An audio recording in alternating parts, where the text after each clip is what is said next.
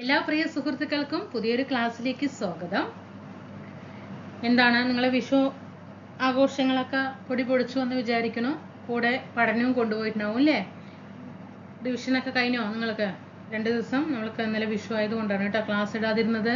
പിന്നെ സൺഡേ ആയിരുന്നു. നിങ്ങൾക്ക് റിവിഷൻ കേട്ടോ തരുന്ന സമയങ്ങൾ റിവിഷൻ ആക്കിയിട്ട് മാറ്റാനായിട്ട് ശ്രദ്ധിക്കുക. ഓക്കെ, ഇപ്പോൾ നമ്മൾ ഇന്ന് 35ാമത്തെ ക്വസ്റ്റ്യൻ പേപ്പറാണ് കേട്ടോ. ഇന്ന് 35 2024 ഒരു എക്സാം ആണ്. ക്വസ്റ്റ്യൻ പേപ്പറിന്റെ കോഡ് 97/2024. ഓക്കെ ആണോ? അപ്പൊ ഇതിനു മുമ്പുള്ള ക്വസ്റ്റ്യൻസിന്റെ ഒക്കെ നോട്ട് ചെയ്ത് വെച്ചിട്ടില്ലേ നിങ്ങള്? ആന്റോണിയം, സിനോണിയം, വൺ വേർഡ് സബ്സ്റ്റിറ്റ്യൂഷൻ, പിന്നെ പ്രപ്പോസിഷൻസ് ഒക്കെ ആ റൂള് വരുന്നതൊക്കെ നോക്കി വെച്ചിട്ടില്ലേ? അതൊക്കെ വീണ്ടും റിവിഷൻ ചെയ്തിട്ട് മാറ്റി വെക്കണം. പിന്നെ ഞാൻ ഒപ്പം നിങ്ങൾക്ക് ഓരോന്നിന്റെ ക്ലാസ് എടുത്തിട്ട് കൊണ്ട് ഒരുപാട് വൊക്കാബുലറികൾ തന്നിട്ടുണ്ട് പ്രീവിയസ് ആയിട്ട് ചോദിച്ചത്. അതൊക്കെ പഠിച്ച് മാറ്റണം കേട്ടോ. നമുക്കിന്ന് ഇതിലേക്ക് കടക്കാം. നോക്കൂ, fill in the blank suitably using the appropriate clause. അല്ലേ? if clauseൽ വരുന്ന ഒരു ക്വസ്റ്റ്യൻ ആണ്. നമുക്ക് നമ്മുടെ സിലബസിൽ ഒരു if clause പറഞ്ഞിട്ടൊരു ടോപ്പിക് ഉണ്ട് അല്ലേ? അതിലെ വിഷയമാണ്. അപ്പൊ ഇതില് എങ്ങനെ ചോദിച്ചിരിക്കുന്നു? she dashed the examination if she had studied well. അപ്പൊ ഇവിടെ ആൻസർ ഏതു വരും? ആൻസർ ഏത് വരും? ബി ആണ് വരിക അല്ലെ? Would have passed. ഇത് എങ്ങനെ വന്നു? എപ്പോഴും നിങ്ങൾക്ക് ഇഫ് ക്ലോസിൽ ക്വസ്റ്റ്യൻ വരുന്ന സമയത്ത് കണ്ട, ഇഫ് ക്ലോസ് പറയുമ്പോൾ ഈ ഇഫ് ഇട്ടിട്ടുള്ള ക്വസ്റ്റ്യൻ വരുന്ന സമയത്ത് ഇവിടെ കണ്ടോ ഹാഡ് പ്ലസ് V3 നിങ്ങൾ കണ്ടു കഴിഞ്ഞാൽ ഹാഡ് പ്ലസ് V3 ഫോം, അതായത് വെർബിന്റെ V3 ഫോം, സ്റ്റഡീഡ് പഠിക്കുക എന്ന അർത്ഥത്തിൽ ഇവിടെ പഠിച്ചു അല്ലേ? സ്റ്റഡീഡ് V3 ഫോം ആണ് അല്ലേ? V1 V2 V3 ഫോം ഉണ്ട് അല്ലേ? സ്റ്റഡി അല്ലേ? സ്റ്റഡി V1 ഫോം ആണ് അല്ലേ? അപ്പൊ അങ്ങനെ ഇത് ഈ സ്റ്റഡീഡ് എന്താണ്? V3 ഫോം ആണ് അല്ലേ? അപ്പൊ ഹാഡ് കഴിഞ്ഞിട്ട് ഒരു V3 ഫോം, വെർബിന്റെ V3 ഫോം ആണ് വന്നിരിക്കുന്നത് എങ്കിൽ നിങ്ങൾ നേരെ എന്ത് എഴുതണം? ആൻസറിലേക്ക് എഴുതണം വുഡ് ഹാവ് എന്ന് വരണം കേട്ടോ. വുഡ് ഹാവ് എന്ന് വരണം. ചില സന്ദർഭങ്ങൾ ഞാൻ കഴിഞ്ഞ ക്ലാസ്സിലൊക്കെ പറഞ്ഞതാണ്. ചിലപ്പോ ഈ ഇഫ് ക്ലോസിൽ ഹാഡ് കഴിഞ്ഞിട്ട് മണി ആയിരിക്കും പറഞ്ഞിട്ടുണ്ടാകുക. മണി, ഈ പൈസയുടെ കാര്യം. എനിക്ക് ഇഫ് ഐ ഹാഡ് മണി, മനസ്സിലായി? എനിക്ക് എന്റെ കയ്യിൽ പൈസ ഉണ്ടായിരുന്നുവെങ്കിൽ. അപ്പൊ ഹാഡ് മണി എന്നാണെങ്കിൽ ഇവിടെ എന്താണ് മക്കളെ? ഹാഡ് കഴിഞ്ഞിട്ട് മണിയാണ് തന്നിരിക്കുന്നത് അല്ലേ? അതൊരു വെർബ് ആണോ? മണി എന്ന് പറയുന്നത് ഒരു ക്രിയയാണോ? അല്ല അല്ലേ? അപ്പൊ അവിടെ ഒരിക്കലും എന്ത് ചെയ്യാൻ പാടില്ല? വുഡ് ഹാവ് എന്ന് എഴുതാൻ പാടില്ല. ഓക്കെ, ഹാഡ് കഴിഞ്ഞിട്ട് V3 ഫോം തന്നെ വന്നിരിക്കണം. കണ്ടോ? സ്റ്റഡീഡ് എന്ന് പറയുമ്പോ വുഡ് ഹാവ് പാസ്ഡ് എന്ന് ആക്കണം കേട്ടോ. ഇനി അടുത്തത്, he has hardly any money. Question ടാഗിലത്തെ ക്വസ്റ്റ്യൻ ആണ്. എങ്ങനെ ചെയ്യും? ഇങ്ങനെ ഒരു ക്വസ്റ്റ്യൻ കിട്ടിയാൽ നിങ്ങൾ എന്ത് ചെയ്യണം? ആദ്യം തന്നിരിക്കുന്ന സെന്റൻസ് നെഗറ്റീവ് ആണോ പോസിറ്റീവ് ആണോ എന്ന് നോക്കുക. ഹാർഡ്ലി ഒറ്റ നോട്ടത്തിൽ നോട്ട്, നത്തിങ്, നോ എന്നൊന്നും സെന്റൻസിൽ ഇല്ല. പക്ഷേ ഹാർഡ്ലി, സ്കേഴ്സ്ലി, ബെയർലി, സെൽഡം ഇതൊക്കെ എന്താണ്? നെഗറ്റീവ് വാക്കുകളാണ്. ഞാൻ ഇതിനു മുമ്പ് അതിന്റെ ലിസ്റ്റ് തന്നിട്ടുണ്ട്, അതുകൊണ്ടാണ് ഞാൻ വീണ്ടും എഴുതിയിട്ട് ആവർത്തിക്കാത്തത് കേട്ടോ. അപ്പൊ ഹാർഡ്ലി എന്ന് പറയുന്ന സെന്റൻസ് നെഗറ്റീവ് ആണ്. അപ്പൊ ടാഗ് എന്തായിരിക്കണം? പോസിറ്റീവ് ടാഗ് ആയിരിക്കണം. തന്നിരിക്കുന്ന സെന്റൻസ് നെഗറ്റീവ് സെന്റൻസ് ആണെങ്കിൽ ടാഗ് പോസിറ്റീവും, തന്നിരിക്കുന്ന സെന്റൻസ് പോസിറ്റീവ് സെന്റൻസ് ആണെങ്കിൽ ടാഗ് നെഗറ്റീവ് സെന്റൻസും ആയിരിക്കണം. അപ്പൊ ഇവിടെ തന്നിരിക്കുന്ന സെന്റൻസ് നെഗറ്റീവ് ആയതുകൊണ്ട് ടാഗ് പോസിറ്റീവ് ആകണം. അപ്പോ നെഗറ്റീവ് ടാഗ് ഉള്ളതിനെയൊക്കെ അങ്ങോട്ട് ഒഴിവാക്കി വിടുക. ബാക്കി ഏതാണ് ഇവിടെ എടുക്കുക? വെർബ് എടുക്കണം അല്ലേ? ഓക്സിലറി വെർബ് ആദ്യം എടുക്കണം. അപ്പൊ ഇവിടെ ഏത് വരും? ഏതാണ് വരിക? Answer he has any money എന്നാണ് ചോദ്യം വന്നിരിക്കുന്നത് അല്ലേ? any money കണ്ടോ? he has any money കണ്ടോ? നമ്മൾ ഒരിക്കലും ഈ പൈസയുടെ കാര്യങ്ങൾ പറയുന്ന സമയത്ത് ഈ ഹാസിനെയോ ഹാഡിനെയോ ഹാവിനെയോ എന്നും ഓക്സിലറി വെർബായിട്ട് അവിടെ യൂസ് ചെയ്യാനായിട്ട് പാടില്ല. മനസ്സിലായോ? അതേ തന്നെയാണ് ഞാൻ നേരത്തെ ഇവിടെ പറഞ്ഞത്. ഹാഡ് മണി കണ്ടോ? അതൊരിക്കലും ഹാഡ് അപ്പൊ ഇവിടെ എന്താണ്? ഒരു ഓക്സിലറി വെർബായിട്ട് യൂസ് ചെയ്യില്ല. മനസ്സിലായോ? ഈ മണി എന്ന് വരുന്ന സമയത്ത്, പൈസയുടെ കാര്യം വരുന്ന സമയത്ത്. അപ്പൊ ഇവിടെ he has hardly any money അല്ലേ? അവന്റെ കയ്യില് പൈസ ഇല്ല എന്നാണ് പറയുന്നത്. അപ്പൊ ഇവിടെ ഒരിക്കലും നമ്മൾ വേഗം ആൻസറിലേക്ക് ഏത് എഴുതും മക്കളെ? ഏത് എഴുതും വേഗം പോയിട്ട്? ഓക്സിലറി വെർബ് ഹാസ് ഹി എന്ന് എഴുതിയിട്ട് വരും. വീടെത്തുമ്പോൾ ആൻസർ തെറ്റിയിരിക്കുന്നു. കണ്ടോ? അപ്പൊ ഇവിടെ ശ്രദ്ധിച്ചോ he has hardly any money. കണ്ടോ? അപ്പൊ ഇവിടെ ഒരിക്കലും ഹാസ് ഓക്സിലറി ആയിട്ട് വെർബ് എടുക്കാനായിട്ട് പാടില്ല.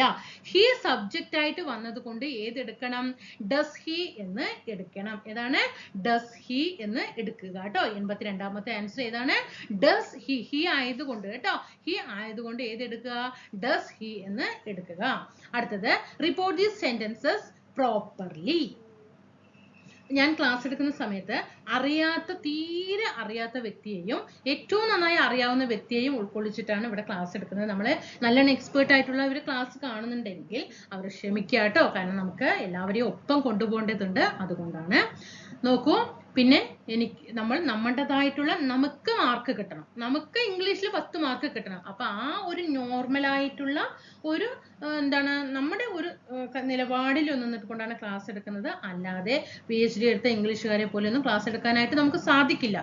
ഞാനൊക്കെ മലയാളം മീഡിയം പഠിച്ചത് കൊണ്ട് തന്നെ നമുക്ക് അതിനായിട്ട് കഴിയില്ല. അപ്പൊ അതിൽ എന്തെങ്കിലുമൊക്കെ അപാകതകൾ വരും. അത് നിങ്ങൾ എന്ത് ചെയ്യുക? തിരുത്തിയിട്ട് നമുക്ക് എന്ത് ചെയ്യുക? താഴെ ഒന്ന് കമന്റ് ചെയ്യുക. അപ്പൊ നമ്മളൊരു കൂട്ടായ്മയിൽ എന്ത് ചെയ്യുക? ഒന്ന് പഠിച്ചിട്ട് പോകാം എന്ന് മാത്രം കേട്ടോ. അടുത്തത് നോക്കൂ. Have you met the principal? The teacher said to me. നമ്മൾ എന്ത് ചെയ്യണം? ഇതിനെ റിപ്പോർട്ട് ചെയ്യണം അല്ലേ? വേറൊരാളിലേക്ക് റിപ്പോർട്ട് ചെയ്യുന്ന സമയത്ത് ഇതിനെ എങ്ങനെ ചെയ്യണം? ഇവിടെ ഇത് എന്താണ്? ഒരു ക്വസ്റ്റ്യൻ മാർക്കാണ്. അപ്പൊ തന്നിരിക്കുന്ന സെന്റൻസ് ഏത് തരത്തിലുള്ള സെന്റൻസ് ആണ് എന്ന് റിപ്പോർട്ടർ സ്പീച്ച് ക്വസ്റ്റ്യൻ വരുമ്പോൾ ശ്രദ്ധിക്കുക. ഇവിടെ വന്നിരിക്കുന്നു എന്ത്? ക്വസ്റ്റ്യൻ മാർക്ക് വന്നിരിക്കുന്നു അല്ലെ? ക്വസ്റ്റ്യൻ മാർക്ക് വന്നത് കൊണ്ട് ഇത് എന്താണ്? ഇത് ഏത് സെന്റൻസ് ആണ്? ഇതൊരു ഇന്ററോഗേറ്റീവ് സെന്റൻസ് ആണ്. ഇതൊരു ഇന്ററോഗേറ്റീവ് സെന്റൻസ് ആണ്. അപ്പൊ അതിനെ ഇന്ററോഗേറ്റീവ് സെന്റൻസിലേക്ക് റിപ്പോർട്ട് ചെയ്യുന്ന സമയത്ത് അവിടെ ആസ്ക്ഡ്, ക്വസ്റ്റ്യൻഡ്, റിക്വസ്റ്റഡ് ഇങ്ങനെയുള്ള ഫോമുകളൊക്കെ ആയിരിക്കും റിപ്പോർട്ട് ചെയ്യുന്ന സമയത്ത് വരേണ്ടത്. അപ്പൊ ഇവിടെ ചെയ്യൂ. ഏത് വരും? ദ ടീച്ചർ ഫസ്റ്റ് ഇവിടെ എടുക്കണം അല്ലേ? ദ ടീച്ചർ സെഡ് ടു മാറ്റിയിട്ട് എന്താകണം? ഇന്ററോഗേറ്റീവ് സെന്റൻസ് ആയതുകൊണ്ട് ആസ്ക്ഡ് എന്ന് ആക്കണം. ദ ടീച്ചർ ആസ്ക്ഡ് മീ അല്ലേ? എന്നോട് ചോദിച്ചു അല്ലേ? ആസ്ക്ഡ് മീ എന്നോട് ചോദിച്ചു. എന്താണ്? വെദർ എന്താണ്? യു പോയിട്ട് എന്താകണം? നീ പോയിട്ട് എന്താകണം? ഐ ആകണം അല്ലേ? നീ പോയിട്ട് ഞാനാകണം അല്ലേ? ഐ മെറ്റ് വന്നതുകൊണ്ട് അല്ലെ? പാസ്റ്റ് ഫോം ആയതുകൊണ്ട് I had met the principal. The teacher asked me whether I had. കണ്ടോ? ഈ ക്വസ്റ്റ്യന്റെ ഒരു ഫോം നിങ്ങൾ ശ്രദ്ധിച്ചോ കേട്ടോ.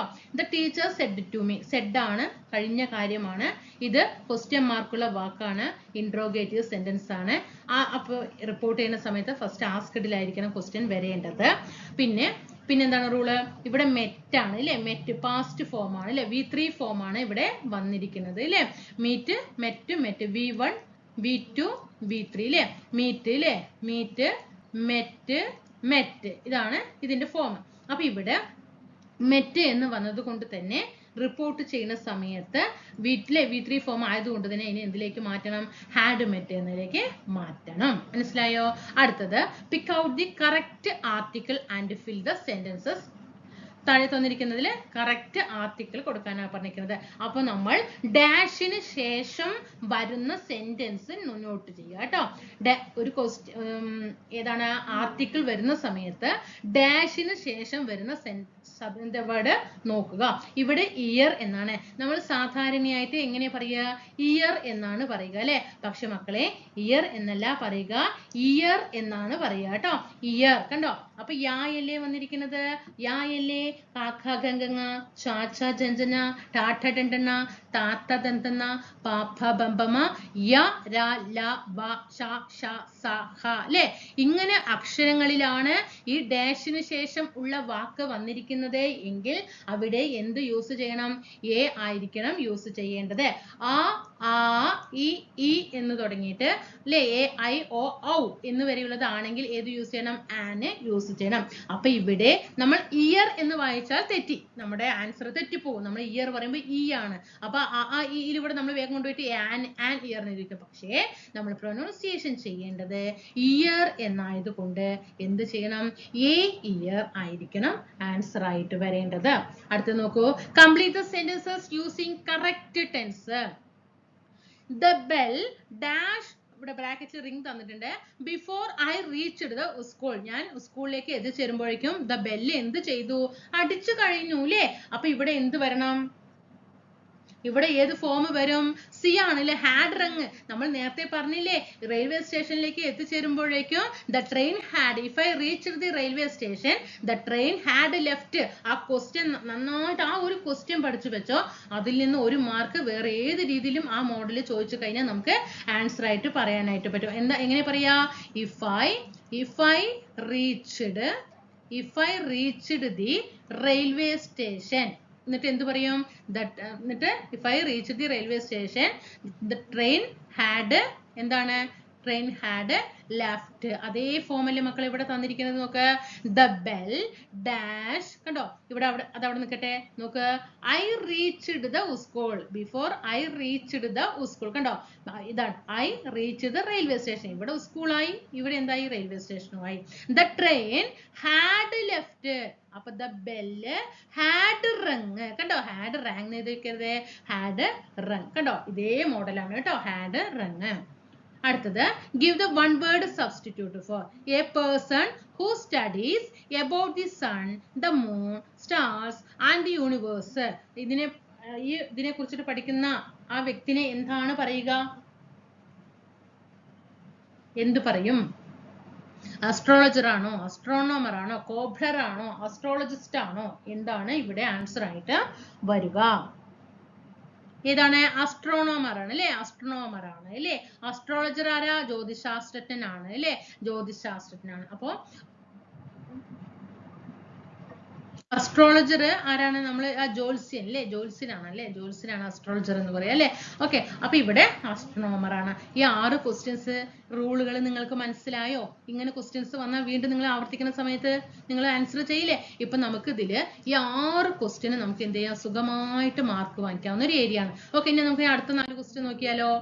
filling the blank with the opposite of the underlined word. cheerful ന്റെ ഓപ്പോസിറ്റ് എന്താണ്? cheerful ന്റെ cheerful ല്ലേ, ചീറ്റ cheerful ല്ലേ, ചോട്ടി അങ്ങോട്ട് പോകും ല്ലേ. Salih looked cheerful whereas Sumin looked ല്ലേ. എന്താണ് cheerful? cheerful പറയുമ്പോൾ നല്ല അങ്ങനെ ചിയർ ഇല്ലേ, നല്ലതായിട്ട് നിൽക്കുക. അപ്പൊ അതിന്റെ ഓപ്പോസിറ്റ് എന്തായിരിക്കും? സാഡ് ആയിട്ട് നിൽക്കണം അല്ലേ. അപ്പൊ എന്ത് വരും? ഗ്ലൂമി ആയിട്ട് നിൽക്കുകയാണ് അല്ലേ. ചിയർഫുള്ളിന്റെ ഓപ്പോസിറ്റ് എന്താണ്? Gloomy. Which is the apt synonym for the word underlined? വീക്കിന്റെ കറക്റ്റ് സിനോണിയം എന്താണ്? വീക്കിന്റെ മീനിങ് എന്താണ്? ബി ആണ് അല്ലേ, ഫീബിൾ ആണ്. വീക്കിന്റെ എന്താണ്? Feeble, weak feeble. Use the correctly spelled word of the complete the sentences. If you dash money you will quit the business. You will quit the business. എന്ത് വരും? നഷ്ടപ്പെടുകയാണെങ്കിൽ അല്ലേ, എന്റെ if you അല്ലേ, നിങ്ങൾക്ക് പൈസ നഷ്ടപ്പെടുകയാണെങ്കിൽ you will quit the business അല്ലേ. എന്താണ്? ബിസിനസ്സിൽ നിന്ന് ക്വിറ്റ് ചെയ്യണമെന്നാണ് പറയുന്നത്. അപ്പൊ if you ഇവിടെ ഏത് ലോസ് വരും? അല്ലേ, ലോസ് എന്ന് പറയുമ്പോ ഡി ആണ് അല്ലേ. ഇവർ യെല്ലോ എസ് എന്ന് മാത്രം മതി അല്ലേ, ലോസ് അല്ലേ, നഷ്ടപ്പെടുക എന്ന അർത്ഥത്തിൽ അല്ലേ, ലോസ് കേട്ടോ, യെല്ലോ എസ്. അടുത്തത്, pick out the correct sentences with the right phrasal verb. ശ്രദ്ധിക്കണേ, for the underlined word. abandon ന്റെ phrasal verb abandon, abandon ഉപേക്ഷിക്കുക, abandon ഉപേക്ഷിക്കുക എന്ന അർത്ഥത്തിൽ വരുന്നത് phrasal verb ഏതാണ്? ഏതാണ് ഇവിടെ വരിക? give up ആണ് അല്ലേ. abandon, abandon, abandon. പഠിക്കണേ, abandonന്റെ phrasal verb give up ആണ്, ഉപേക്ഷിക്കുക, give up. The doctor advised me to give up smoking. കണ്ടോ, ഇവിടെ കൊടുത്തിരിക്കുന്ന ക്വസ്റ്റ്യൻ ശ്രദ്ധിക്കുക. The doctor advised me to abandon smoking അല്ലേ. ഡോക്ടർ അഡ്വൈസ് ചെയ്തു എന്നോട് സ്മോക്കിംഗ് ഉപേക്ഷിക്കാൻ പറഞ്ഞിട്ട്. അപ്പൊ ഉപേക്ഷിക്കുക എന്ന് പറയുമ്പോൾ ഇവിടെ കോൾ ഓഫ് പുട്ട് ഔട്ട് പറഞ്ഞ അണയ്ക്കുക അല്ലെ, സ്മോക്കിംഗിൽ അണയ്ക്കുക എന്നാണ് അർത്ഥം. അപ്പൊ ഇവിടെ ഗിവ് അപ്പ് ആണ് കേട്ടോ, ഗിവ് അപ്പ് ആണ്. 90ാമത്തെ ഗിവ് അപ്പ് ആണ്. ഓക്കെ ആണോ? അടുത്തത്, പിരിച്ചെഴുതുക. മലയാളത്തിലേക്ക് നമ്മൾ വരികയാണ്. വെൺതിങ്കൾ എങ്ങനെ പിരിച്ചെഴുതും? വെൾ പ്ലസ് തിങ്കൾ ആണ് വെൺതിങ്കൾ ട്ടോ. വെള്ളാണ് കണ്ടോ? വെൾ പ്ലസ് തിങ്കൾ വെൺതിങ്കൾ. ആദേശസന്ധിക്ക് ഉദാഹരണം ഏതാണ്? ആദേശസന്ധിക്ക് ഉദാഹരണം ഏതാണ്? എ ആണ് അല്ലെ. വിണ്ടലം. വിണ്ടലമാണ് ആദേശിക സന്ധിക്ക് ഉദാഹരണം. വിണ്ടലം എങ്ങനെ പിരിച്ചെഴുതുക? പ്രീവിയസ് ക്വസ്റ്റ്യൻ ആണ്. വിൺ പ്ലസ് തലം ആണ് വിണ്ടലം. അടുത്തത് ഇത് തിരുവാതിരക്ക് ഏതാണ്? ആഗമസന്ധിയാണ് അല്ലെ. തിരുവാതിര ആഗമസന്ധിയാണ്. തന്നിരിക്കുന്ന ഓപ്ഷനിൽ യായോ വായോ ഗ ഝ ന്ധ ഭ ഇങ്ങനെ വാക്കുകൾ ഉണ്ടെങ്കിൽ അത് ആഗമ സന്ധി ആയിരിക്കും. ഓക്കെ ആണോ? ഇനി തദ്ധിതത്തിന് ഉദാഹരണം ഏതാണ്?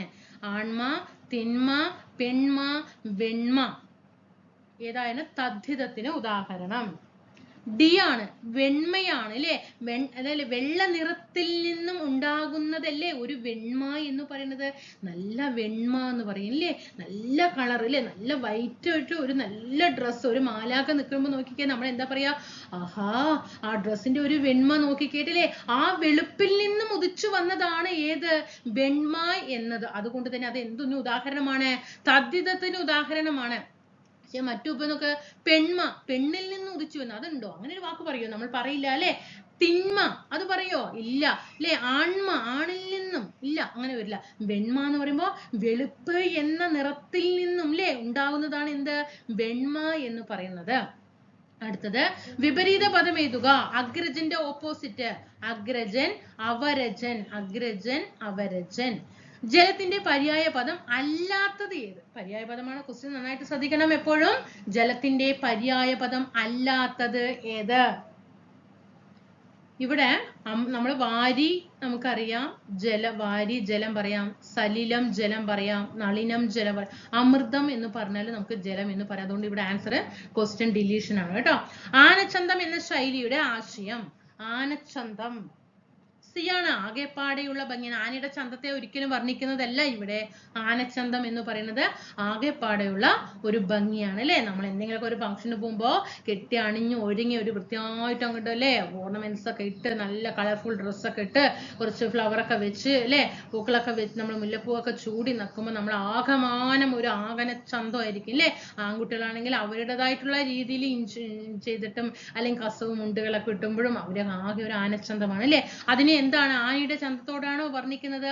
അല്ല, നമ്മുടെ മൊത്തം ആകെപ്പാടിയുള്ള ഒരു ഭംഗിയാണ് വർണ്ണിക്കുന്നത്. അടുത്തത് താഴെ പറയുന്നവയിൽ ശരിയായ പദം. ചൂടാമണി. ഞാൻ പറഞ്ഞു തന്ന ക്വസ്റ്റ്യൻ ആണ് ഇത്. പറഞ്ഞു തന്ന ക്വസ്റ്റ്യൻ ആണ്. ചൂടാമണി. ഏത് ചൂടാമണി വരും ഇവിടെ? എ ആണ് കേട്ടോ. ചൂടാമണിക്ക് ഢാന്റെ ഉള്ളിൽ കുനിപ്പ് വരരുത് കേട്ടോ. കുനിപ്പ് വരരുത്. ഢ എന്ന് മാത്രം മതി. ചൂടാമണി, ചൂടാമണി. താഴെ തന്നിരിക്കുന്ന ശൈലിയുടെ വിവർത്തനം എഴുതുക. Adding fuel to the fire. Adding fuel to the fire. എരിതീയിൽ എണ്ണ ഒഴിക്കുക. അതായത് ആകെ വിഷമിച്ചിട്ടിരിക്കുന്ന സമയത്ത് വീണ്ടും അതിൽ കൂടെ വിഷമിപ്പിക്കുന്ന വ്യക്തിയെ നമ്മൾ എന്താ പറയാ? നമ്മൾ എന്ത് ചെയ്യണം? അവര് എരിതീയിൽ എണ്ണ ഒഴിക്കാണ് അല്ലെ. എരിതീയിൽ എണ്ണ ഒഴിക്കുക. കവിയുടെ സ്ത്രീലിംഗ പദം ഏതാണ്? യാവള്ളി, താവള്ളി എടുക്ക. യാവള്ളി, താവള്ളി. അതിന്റെ മുന്നിൽ ഒന്നും വള്ളി വരാൻ പാടില്ല. യാവള്ളി, താവള്ളി ഉള്ളത് ഇത് മാത്രമല്ലേ? കവയിത്രി. ഒറ്റപ്പദമാക്കുക. വർഷം തോറും. വർഷം തോറും, പ്രതിദിനം ട്ടോ. 100ാമത്തെ എന്താണ്? 100ാമത്തെ വർഷം തോറുമാണ്.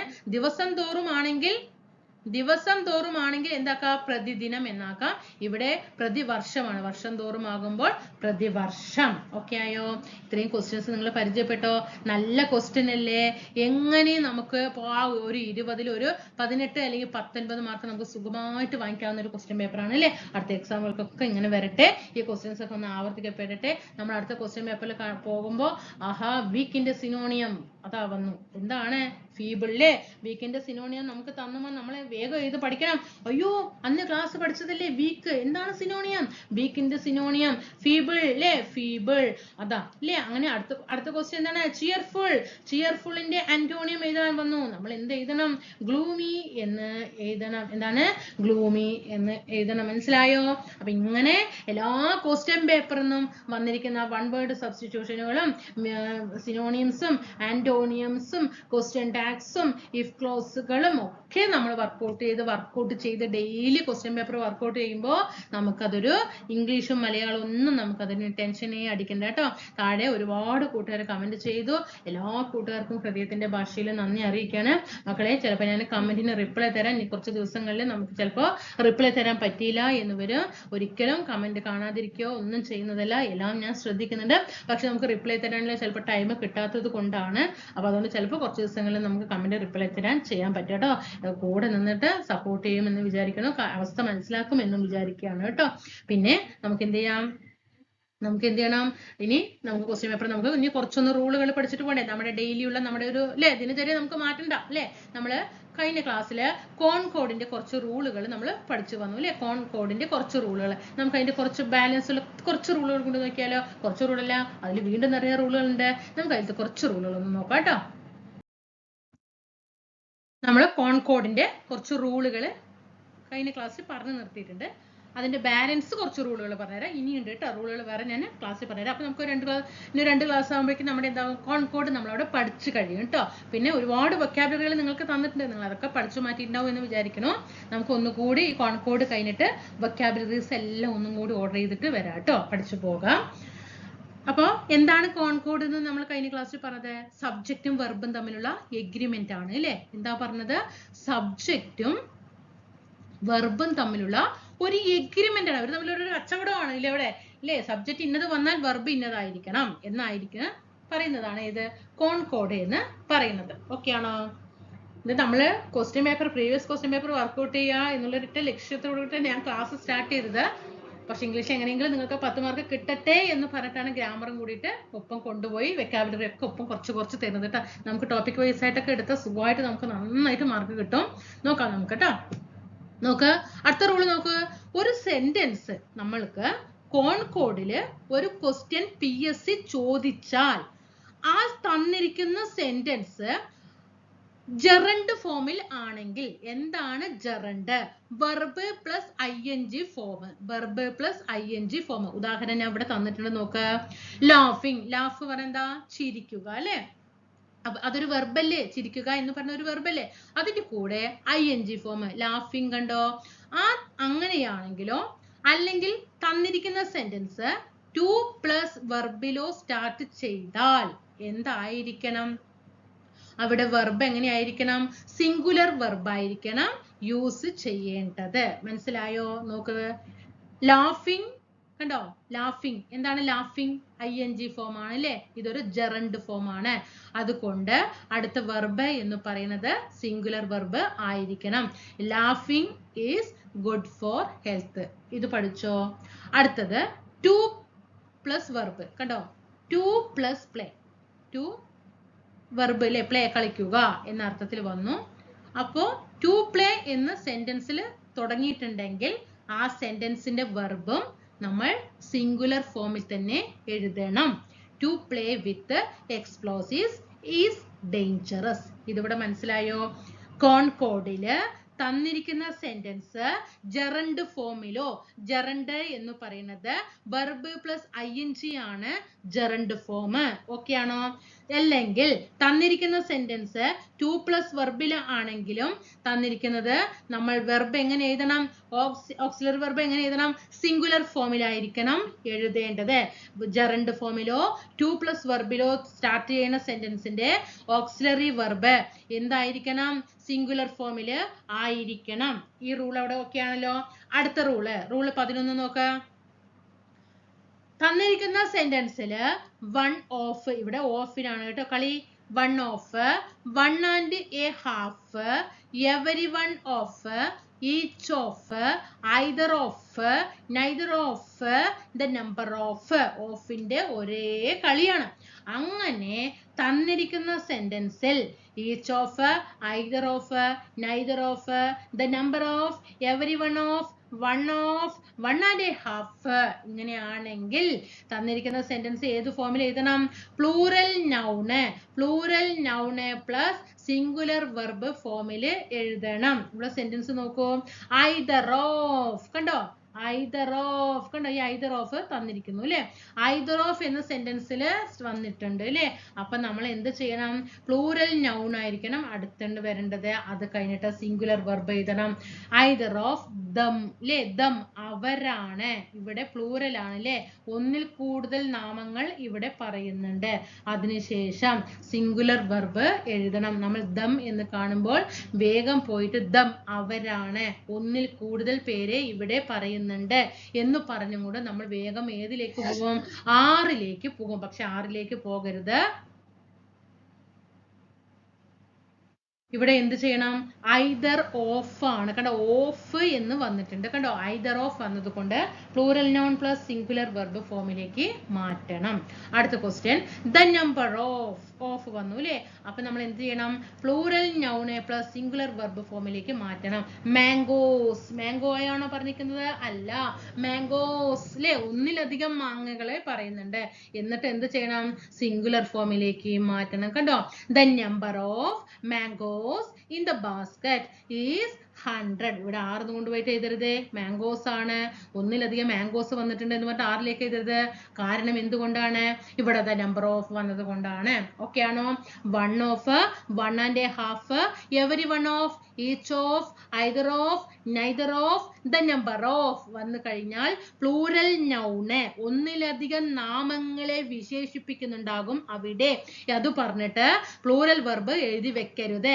Plural noun plus singular verb എഴുതി വെക്കണം ഓക്കെ ആണോ ഇനി ഇതിൽ തന്നെ ഒരു കേസ് വരുന്നത് ഇങ്ങനെ 1 of 1 and a half every one of each of either of neither of the number of എന്തോ ആയിക്കോട്ടെ അതിന്റെ ഇടയിൽ ഒരു റിലേറ്റീവ് പ്രോനൗൺ വന്നു കഴിഞ്ഞാൽ അതിന്റെ ഇടയിൽ റിലേറ്റീവ് പ്രോനൗൺ ഏതൊക്കെയാണ് റിലേറ്റീവ് പ്രോനൗൺസ് വരുന്നത് ഏതൊക്കെയാണ് who whose what how where when which ഇതിലെ ഏതെങ്കിലും ഒരു റിലേറ്റീവ് പ്രോനൗൺ ഈ സെന്റൻസിൽ പ്ലൂറൽ നൗണിന് ശേഷം വന്നിട്ടുണ്ട് എങ്കിൽ എന്ത് ചെയ്യണം അതിന്റെ കിടക്കുന്ന വെർബ് പ്ലൂറലിൽ തന്നെ എഴുതിയിട്ട് മെയിൻ വെർബ് സിംഗുലറിൽ തന്നെ എഴുതുക കേട്ടോ ഇതേ ഫോം തന്നെ ഈ plural noun plus singular verb form തന്നെയാണ് എഴുതേണ്ടത് പക്ഷേ അതിന്റെ ഇടയിൽ ഒരു ഹു എന്ന ഒരു റിലേറ്റീവ് പ്രോനൗൺ നിങ്ങൾ കണ്ടു കഴിഞ്ഞാൽ അതേ പ്ലൂറൽ നൗൺ തന്നെ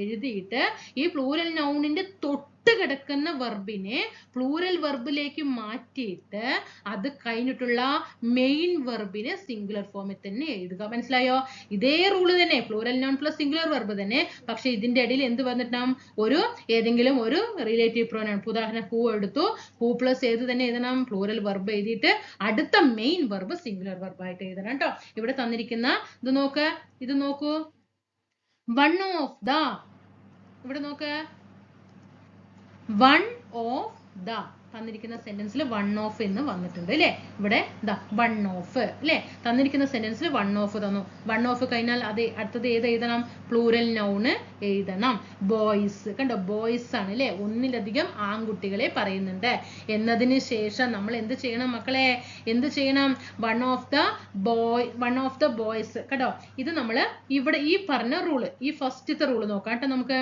വൺ ഓഫ് ദ ബോയ്സ് കണ്ടോ വൺ ഓഫ് ദ ബോയ്സ് കണ്ടോ ബോയ്സ് വന്നിട്ടുണ്ട് അല്ലേ ഇതിന്റെ ഇടയിൽ എവിടെയെങ്കിലും ഈ തന്നിരിക്കുന്ന സെന്റൻസിൽ റിലേറ്റീവ് പ്രോനൗൺ ഉണ്ടോ ഇല്ല അല്ലെ വൺ ഓഫ് ദ ബോയ്സ് ഇവിടെ എന്ത് എഴുതണം യെസ് എഴുതണം കംസ് എഴുതണം അല്ലേ എന്താണ് comes one of the boys comes here is my cousin അല്ലേ അതെന്താണ് ഇവിടെ കംസ് എന്ന് വരാൻ കാരണം ഇവിടെ എന്താണ് കംസ് എന്ന് പറഞ്ഞാൽ സിംഗുലർ വെർബാണ് അല്ലേ അത് എന്തുകൊണ്ടാണ് ഇവിടെ ബോയ്സ് ആണ് അല്ലേ ഒന്നിലധികം ആൺകുട്ടികളെ ഇവിടെ പറഞ്ഞിട്ടുണ്ട് എന്നിട്ടും നമ്മൾ ഇവിടെ സിംഗുലർ വെർബ് തന്നെ എഴുതി എന്തുകൊണ്ട് ഇവിടെ വൺ ഓഫ് വന്നത് കൊണ്ട് വൺ ഓഫ് അല്ലേ വൺ ഓഫ് പ്ലസ് എന്ത് ചെയ്തു plural noun plus singular verb plus singular verb okay ആണോ ഇവിടെ കംസ് എഴുതി ഇവിടെ കംസ് എന്ന് എഴുതാൻ കാരണം ഇതിന്റെ ഇടയിൽ ഒന്നും എന്ത് വന്നിട്ടില്ല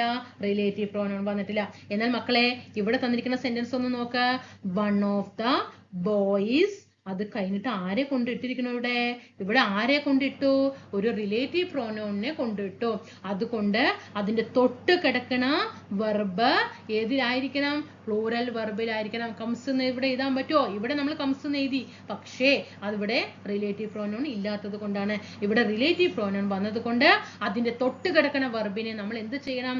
കം, അല്ലേ? കം എന്ന് പറയുമ്പോൾ എന്താണ് അവിടെ? പ്ലൂറൽ വെർബാണ്. പക്ഷേ അത് കഴിഞ്ഞിട്ടുള്ള മെയിൻ വെർബിനെ സിംഗുലർ വെർബിൽ തന്നെ എഴുതണം കേട്ടോ. അതവിടെ മസ്റ്റ് ആയിട്ട് ശ്രദ്ധിക്കാം. അവിടെ ഒന്നായിട്ട് റഷ് ആയിട്ട് അങ്ങോട്ട് എഴുതിയപ്പോൾ നിങ്ങൾക്ക് എന്തെങ്കിലും ബുദ്ധിമുട്ട് തോന്നിയോ? വൺ ഓഫ്, അല്ലേ? വൺ ഓഫ് എന്ന് സെന്റൻസിൽ വന്നു, എന്നിട്ട് ബോയ്സ് എന്ന് വന്നു, എന്നിട്ട് നമ്മൾ എന്ത് എഴുതി? കംസ് എന്ന് എഴുതി, എന്നിട്ട് ഓക്സിലറി വെർബ് എഴുതിയില്ലേ? ഇവിടെ എന്താണ് വന്നിരിക്കുന്നത്? വൺ ഓഫ് എന്ന് വന്നു. വൺ ഓഫ് കഴിഞ്ഞിട്ട് ഏത് വന്നു?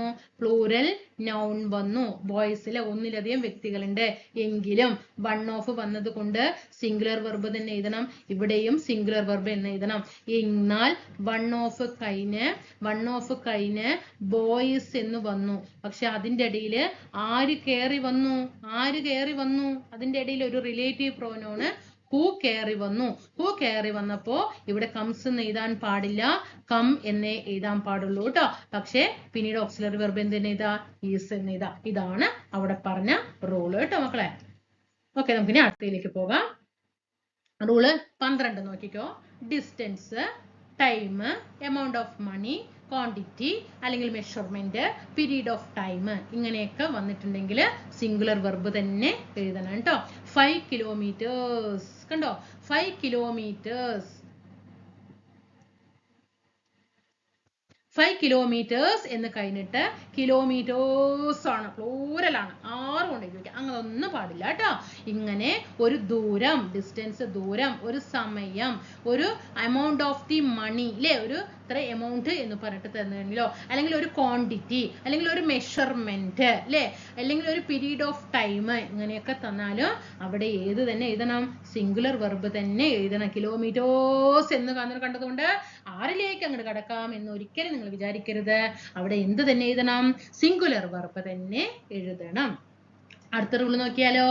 13ാമത്തെ റൂൾ നോക്ക. As well as much as, with, along with, together with, besides, in addition to, in the company of, accompanied by, followed by, more than, rather than, like, unlike, but, expect, including, excluding, and not എന്നിവ തന്നിരിക്കുന്ന സെന്റൻസിൽ ഇതിൽ ഏതെങ്കിലും ഒന്ന് ഉണ്ടെങ്കിൽ എപ്പോഴും ആദ്യത്തെ സബ്ജക്റ്റിനായിരിക്കണം പ്രാധാന്യം കൊടുക്കേണ്ടത്.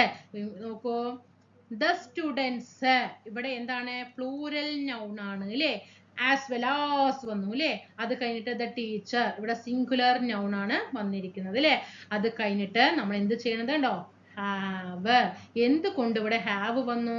ദ ടീച്ചർ ഒരാളല്ലേ ഉള്ളൂ, അപ്പൊ ഇവിടെ ഹാസ് വന്നാ പോരെ? പാടില്ല. ആസ് വെൽ ആസ് എന്നത് സെന്റൻസിൽ വന്നത് കൊണ്ട് നമ്മൾ ഫസ്റ്റത്തെ സബ്ജക്റ്റിനായിരിക്കണം പ്രാധാന്യം കൊടുക്കേണ്ടത്. അപ്പോ ദ സ്റ്റുഡൻസ് എസ് ഉണ്ട് അല്ലേ? ഒന്നിലധികം വിദ്യാർത്ഥികൾ ഇവിടെ പറയുന്നുണ്ട്. പക്ഷേ ഇവിടെ ആസ് വെൽ ആസ് വന്നു. എന്നിട്ട് ദ ടീച്ചർ, ഒരു ടീച്ചറെ എടുത്തു പറഞ്ഞു. പക്ഷെ നമ്മൾ മക്കളെ ടീച്ചറെ അല്ല നോക്കേണ്ടത്. ആരിനെ നോക്കണം? ആദ്യത്തെ ആളെ നോക്കണം. ആസ് വെൽ ആസ്, ആദ്യത്തെ ആളെ നോക്കുക. സ്റ്റുഡൻസ് ഒന്നിലധികം വിദ്യാർത്ഥികൾ ഉള്ളത് കൊണ്ട് നമ്മൾ അതിനെ ഹാവിലേക്ക് മാറ്റി. മനസ്സിലായോ? അപ്പൊ ഈ തന്നിരിക്കുന്നതെല്ലാം നോക്ക്. As well as, as much as connect ചെയ്യേ. As well as, as much as അത് മാറ്റി. With, along with, together with, along with, together with, ആ മൂന്നാളെ അവിടെ മാറ്റി. ബിസൈഡ്സ്, in addition to, എന്താണ്? besides, in addition to. Okay, അത് നോക്കിയോ?